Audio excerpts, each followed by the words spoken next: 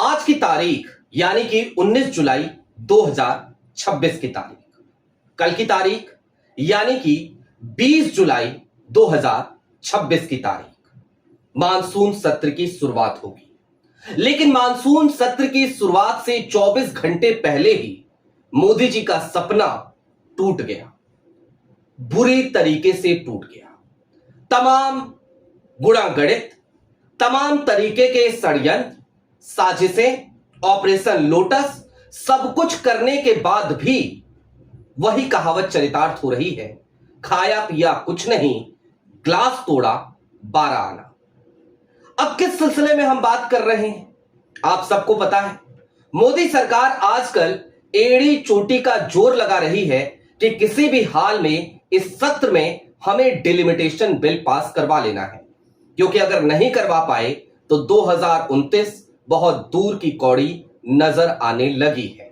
2024 में 240 सीटों पर सिमटने के बाद प्रधानमंत्री नरेंद्र मोदी वैसे भी बैकफुट पर आ चुके हैं और आज की तारीख में मोदी सरकार के सामने तमाम समस्याएं सुरसा की तरह मुंह बाए खड़ी नजर आती हैं।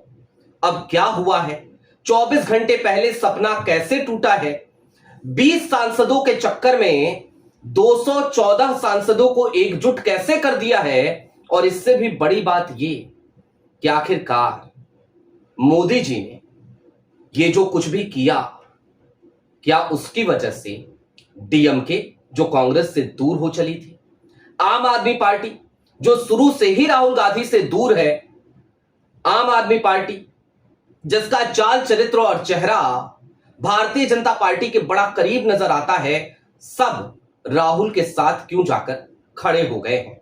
सारी बातें जरा विस्तार से करेंगे। नमस्कार, मैं स्वप्निल और आप मुद्दा देख रहे हैं। दोस्तों, आगे बढ़ें उससे पहले वही छोटी सी अपील। मुद्दा इन दिनों एक गंभीर आर्थिक संकट से जूझ रहा है। एक तरफ जहां हमारे मेन बैंक अकाउंट्स बीते लंबे समय से फ्रिज चल रहे हैं, तो दूसरी तरफ हमारे 2.5 साल पुराने चैनल को हमसे लंबे समय तक छीन कर रखा गया था। ऐसे में डे टू डे ऑपरेशंस में मुद्दा को काफी मुश्किलों का सामना करना पड़ता है। लिहाजा आपसे गुजारिश है, यदि आप चाहें तो स्क्रीन पर दिख रहे क्यूआर कोड या फिर के नीचे दिख रहे यूपीआई नंबर्स के जरिए मुद्दा की छोटी छोटी मदद जरूर कीजिएगा, ताकि हमारी बेबाकी यूं ही बरकरार रहे और हम सत्ता से लगातार यूं ही सवाल करते रह सके। अब आगे बढ़ते हैं, और आज जो झटका लगा है, सिर्फ उस झटके की खबर आपको नहीं बताएंगे, बल्कि इस पूरी खबर का आज एक क्विक एनालिसिस भी हम करेंगे। मसलन झटका क्या लगा। 3 घंटे आज एक बैठक चली। कौन सी बैठक? जाहिर सी बात है, वही रस्मी बैठक जो हर सत्र से पहले बुलाई जाती है, यानी कि ऑल पार्टी मीटिंग, सर्वदलीय बैठक। एक ऐसी बैठक जिसमें सरकार इस सत्र में उसका क्या एजेंडा है, उसको लेकर के तमाम दलों को, तमाम विपक्षी दलों को और अपने गठबंधन के साथियों को भी अपने कॉन्फिडेंस में लेने का काम करती है। आज भी सर्वदलीय बैठक बुलाई गई।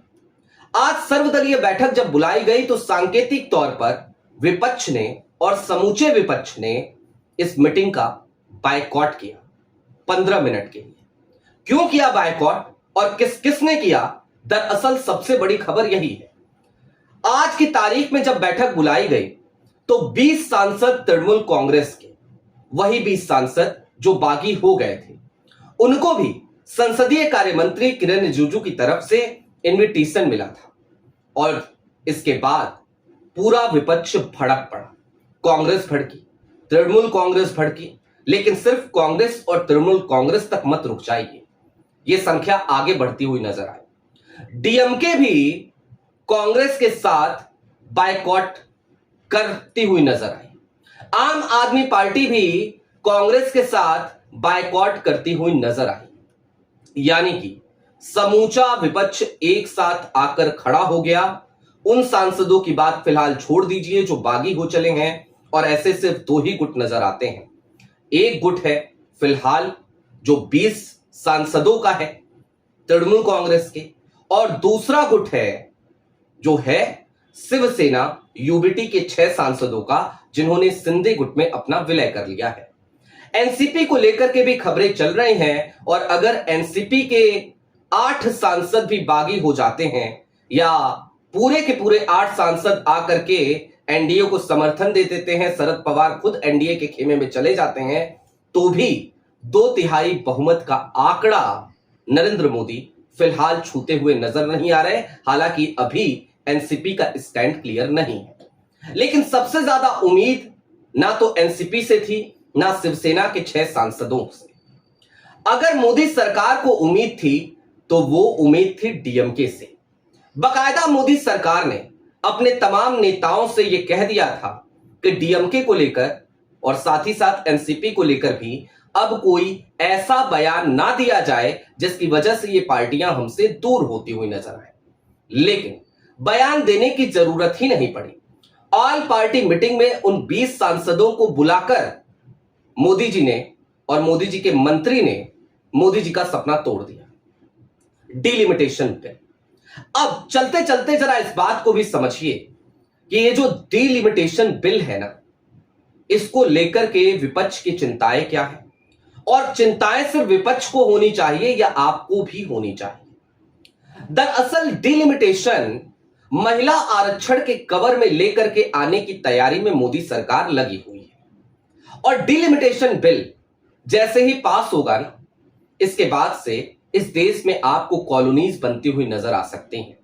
मसलन ये आदिवासियों की कॉलोनी है, ये मुसलमानों की कॉलोनी है, ये दलितों की कॉलोनी है। आपने पहले देखा होगा ना, मैं गांव की पृष्ठभूमि से आता हूं, शायद आप भी आते होंगे।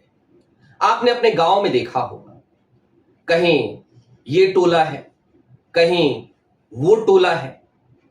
कुछ ऐसे शब्द हैं जिनका प्रयोग इस समय दरअसल कानूनी रूप से सही नहीं है, लिहाजा मैं उन शब्दों का इस्तेमाल नहीं कर रहा। लेकिन इस तरीके के टोले बना करते थे गांव में। आज भी कई जगहों पे वो टोले हैं। कई बार कई गांवों का नाम आपने देखा होगा रखा जाता था किसी एक जाति के नाम पर। जैसे कोई कायस्थों का गांव है, मेरा जो खुद का गांव है और मेरा जो ननिहाल है, दोनों के नाम के आगे लाला लगता है, यानी कि वो गांव कायस्थों का गांव है। इसी तरीके से ब्राह्मणों के गांव, इसी तरीके से ठाकुरों के गांव। अब जाहिर सी बात है, यहां पे सिर्फ गांव की संरचना ऐसी थी, लेकिन अब गांव से आगे बढ़कर विधानसभा और लोकसभा क्षेत्रों तक अगर इसी तरीके से क्लासिफिकेशन हो जाएगा, इसी तरीके से इन्हें बांट दिया जाएगा, तो इस देश में सिर्फ नई बाउंड्रियां विधानसभा या लोकसभा की नहीं खिंचेंगी, बल्कि ये बाउंड्रियां इस समाज की खिंचती हुई नजर आएंगी। इस समाज में जो नफरत आज की तारीख में हमें देखने को मिलता है, जिसका पुट 2014 के बाद लगातार तेजी से बढ़ा है, दरअसल वो नफरत और ज्यादा भड़कती हुई नजर आएगी। और इसका फायदा किसे होगा? जाहिर सी बात है, उन्हें ही होगा जो नफरत की खेती करके अपनी राजनीति को चमकाने का काम करते हैं। दूसरी तरफ इस बात को भी समझिए, 800 से ज्यादा सीटें, मसला सिर्फ इन 800 से ज्यादा सीटों का नहीं है। दरअसल मसला इस बात का है कि लोकसभा, अगर एक लोकसभा से 3 लोकसभा सीटें बनेंगी, तो परिसीमन आयोग क्या इस तरीके की सीटें डिजाइन नहीं करेगा जैसा उसने असम में किया? जाहिर सी बात है वही होगा। असम में क्या हुआ? असम में 20 ऐसी सीटें बना दी गई जहां पर मुसलमान ही जीत सकते थे, अल्पसंख्यक वर्ग ही जीत सकता था, लेकिन उसके अलावा आपके सामने सारे नतीजे हैं। तो उसी तरीके के हालात यहां पैदा करने की कोशिश डिलिमिटेशन बिल पास कराने के बाद की जाएंगी। यानी कि परिसीमन आयोग अगर एक लोकसभा सीट को 3 सीटों में या 4 सीटों में कन्वर्ट करेगा, बांटेगा, तो वो वर्गीकरण ऐसा होगा, वो डिलिमिटेशन ऐसा होगा कि 1 सीट पर विपक्ष जीत जाएगा, 2 सीटों पर एनडीए का एजेंडा काम करेगा, उसके वोटर्स की तादाद वहां पर ज्यादा होगी। लिहाजा विपक्ष की जो आशंका है वो हो सकता है इस हार जीत के अंतर को लेकर हो, विपक्ष की जो आशंकाएं हैं वो हो सकता है अपने फायदे, अपने गुनागणित की हो, लेकिन आपकी और हमारी आशंका इस समाज को बांटने से बचाने की कोशिशों के मद्देनजर होनी चाहिए। खैर, फिलवक्त की सबसे बड़ी खबर तो आज यही है कि 15 मिनट का ये बाइकॉट मोदी सरकार को यह बताने के लिए काफी था कि आपने चाहे जितने भी डोरे डीएमके पे डाले हो, आपने अंडर द टेबल चाहे जितनी चीजें ऑफर करी हो, आपने चाहे जितना भी डराया या धमकाया हो, आप फिलहाल डीएमके को इंडिया अलायंस से अलग नहीं कर पाए। बात इतर है कि वो अलग बैठेंगे, बात इतर है कि वो कांग्रेस से नाराज हैं, लेकिन हां, जब बात मुद्दों की आ रही है तो स्टैलिन और स्टैलिन के तमाम सांसद वो राहुल गांधी के साथ मजबूती से खड़े भी नजर आ रहे हैं। और ये मोदी जी का सपना सिर्फ नहीं टूटा है, ये सबसे बड़ा झटका है मोदी सरकार को। अब अगर ऐसे में भी डिलिमिटेशन बिल मोदी सरकार लेकर के आती है तो हो सकता है 17 अप्रैल 2026 वाला इतिहास एक बार फिर दोहरा दिया जाएगा। अभी तक की जो संख्या बल है उस पर भी बात कर लेते हैं। 298 वोट पिछली बार मोदी जी को मिले थे और उन्होंने बिल को नाम दिया था नारी शक्ति वंदन अधिनियम। हालांकि यह बिल पहले ही पास हो चुका है, लेकिन इसी बिल को फिर से इंट्रोड्यूस किया गया और इस बिल में परिश्रमण बिल को भी शामिल कर लिया गया, यानी कि एक बुर्का डाला गया, एक नकाब डाला गया। अब 298 के बाद 20 सांसद टीएमसी के, उसके अलावा 6 सांसद शिवसेना के, यानी कि 26 सांसदों का आंकड़ा तो इनके पास आ चुका है। लेकिन 540 लोकसभा सीटों वाली जो हमारी लोकसभा है उसमें उस देश की सबसे बड़ी पंचायत में मोदी जी को अगर ये बिल पास कराने हैं तो इन्हें 360 का आंकड़ा छूना पड़ेगा। और फिलहाल 360 का आंकड़ा मोदी जी के पास नजर नहीं आ रहा है। आपकी क्या राय है वो हमें कमेंट बॉक्स में जरूर बताइएगा। अभी के लिए दीजिए इजाजत। चलते चलते फिर वही अपील, चैनल पे नए हो तो सब्सक्राइब करते हुए जाइएगा, सक्षम हो तो मुद्दा की छोटी छोटी मदद जरूर कीजिएगा। बहुत शुक्रिया।